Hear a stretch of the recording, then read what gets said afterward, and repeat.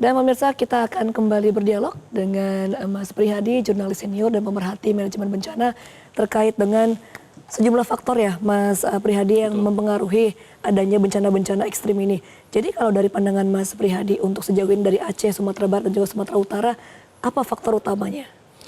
Faktor utamanya seperti tadi saya sempat sampaikan bahwa siklon Senyar ini hanya trigger. Faktor-faktor Senyar ini adalah faktor atmosferik yang memang nggak bisa diapa-apain kecuali adanya teknologi modifikasi cuaca. Tapi hal-hal ketika kemudian kita diperlihatkan terkait dengan kayu, banjir segala macam itu adalah faktor-faktor yang sudah ditabung sebelumnya, ditabung tanda kutip. Jadi resiko hidrometeorologinya sudah ada, Senyar itu hanya sebagai triggernya aja. Dan yang saya mau tekankan bahwa memang pada akhirnya bencana ini amat sangat luar biasa gitu kan, 3 provinsi sekaligus. Dan ini akan menjadi tantangan lebih karena akses jalan yang terputus. Kemudian juga tadi warga tadi mengatakan bahwa komunikasi terputus, listrik terputus, bahkan dari luasan dan cakupan wilayahnya juga amat sangat luas. Ini yang menjadi tantangan buat BNPB, TNI, Polri, karena sumber dayanya harus dibagi menjadi 3 wilayah yang cukup luas. Sehingga meskipun upaya percepatan ini, bantuan logistik dipercepat, tapi ada tantangan-tantangan sendiri yang tadi saya katakan, akses yang terputus. Jadi memang, tapi itu pun juga sudah diantisipasi kan. Ketika jalan terputus, sudah dibikin semacam posko untuk hubungan udara, bantuan udara di Taruntung. Ini yang semoga saja bisa mengakselerasi bantuan kepada warga. Dan juga jalur komunikasi sudah perlahan baik kembali, listrik juga mudah-mudahan segera diatasi sehingga warga benar-benar tidak lagi terisolasi, komunikasi bisa dipercepat sehingga keluarga-keluarga yang merasa kehilangan kontak bisa terhubung. Saya sempat memiliki teman di Takengon yang juga menjadi korban. Lokasi rumahnya itu 1 kilometer dari lokasi banjir gitu kan.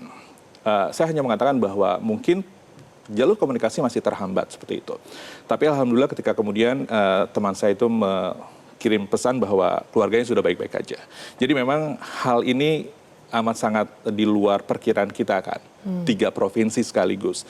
Desember memang diperkirakan musim hujan di wilayah Sumatera bagian utara hingga sisi wilayah barat Sumatera.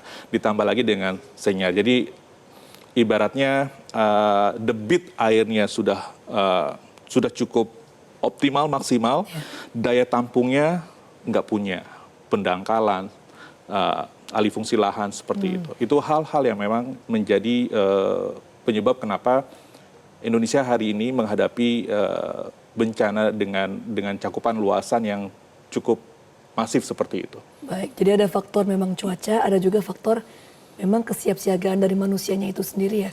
Kalau kita bicara soal kesiapsiagaan, mungkin masyarakat, kalau kita bicara soal masyarakat, mungkin masyarakat sudah siap siaga. Tapi itu tadi kan ketika BMKG sudah memberikan peringatan early warning system, kemudian juga pemerintah setempat sudah menjadi komando lapangan, masyarakat sudah menerjemahkan, mengimplementasikan, itu dalam kondisi normal. Ketika kita berhadapan dalam kondisi yang tidak normal, ada hal-hal lain yang memang harus diseriuskan, dipikirkan, diantisipasi, dan kita tidak bisa bicara soal mitigasi di saat tanggap darurat ini. Seperti itu. Kita lebih fokus ke bagaimana masyarakat bisa mendapatkan bantuan logistik yang cepat, kemudian juga bisa menyelamatkan warga dengan evakuasi, dan bisa membangun hal-hal atau bisa menghidupkan kembali masyarakat, terutama membangun psikologinya.